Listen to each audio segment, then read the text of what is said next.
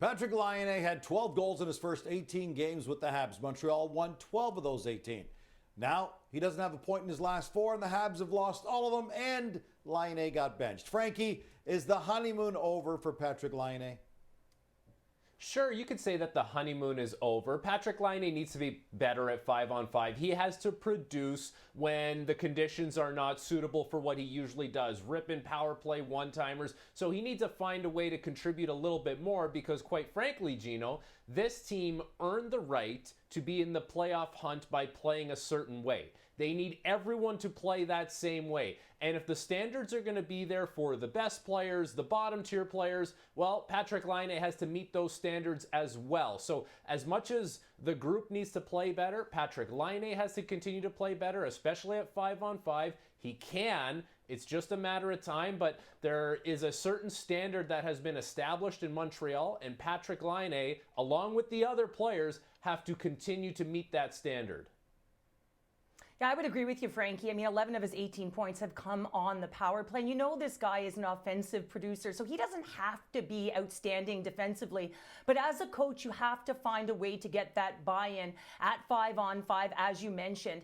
And a guy like Marty St. Louis, he really has those non-negotiables, right? And in a team, listen, when you get into the offensive zone, you can be creative. But as you work your way back to your own zone, there's more structure involved. There's details, there's process, and there's habit. So I like the benching because it's sending a message. It's also saying, listen, accountability is a two-way street. So for Marty St. Louis, it's saying, listen, I'm holding you all to that standard. I'm holding Patrik Laine to that standard. Now the response is up to Patrik Laine to be better at 5-on-5, to take that feedback and do something with it.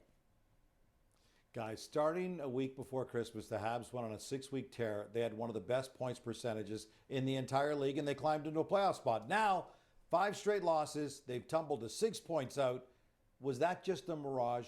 Are the Habs' playoff hopes now dead, Cheryl? I don't think they're dead, Gino. I mean, you said it. They're only 6 points back, and you can look at that and say, yeah, it's daunting. And what analyst really had them fighting for the wild card? I mean, you look back to December 17th, they were at the basement of the East. Most would have taken them 7th or 8th to finish the season in the Atlantic, but they found their way through that month to be able to get to late January, and they were outstanding. They got themselves to tied for that wild card position with the Ottawa Senators. They garnered some production up and down their lineup. You know, they're still not good in terms of their goals. Again, 28th in the league right now. But you certainly saw that punch, that belief with a young team. You know, look at blue liners like Lane Hudson doing a job there. And sort of that trickled right up through the lineup. But right now, they've got to find a way to get some pace back to their game. They've got to play off the rush. They've got to find ways to win that next game against San Jose. It's about stopping the bleeding. Listen, when you look at the East right now, it is incredibly close. So anything can happen. They went on an unbelievable run. Now they've got to change this skid because you start winning a few games, you're right back in the hunt. They're not dead, the chances, Gino, but they're teetering on life support at this point, and there's a few reasons why.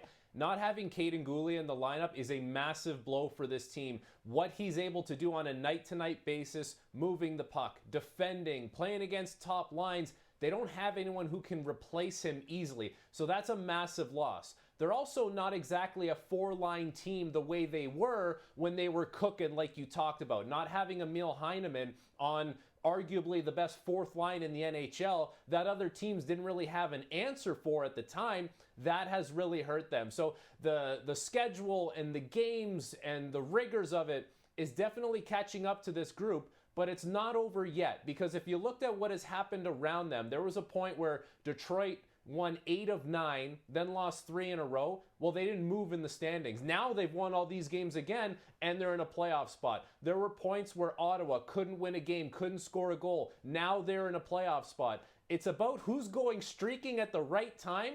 Right now, the Canadiens are going streaking the wrong way. They have to find a way to overcome some of the obstacles within their lineup and see if they can go streaking the right way again. The problem is the Habs would need to jump over the Lightning, Bruins, Rangers, and Islanders to get to the playoffs right now. FanDuel thinks they're done. You can make more than 10 times your money if you bet on Montreal to make it to the playoffs.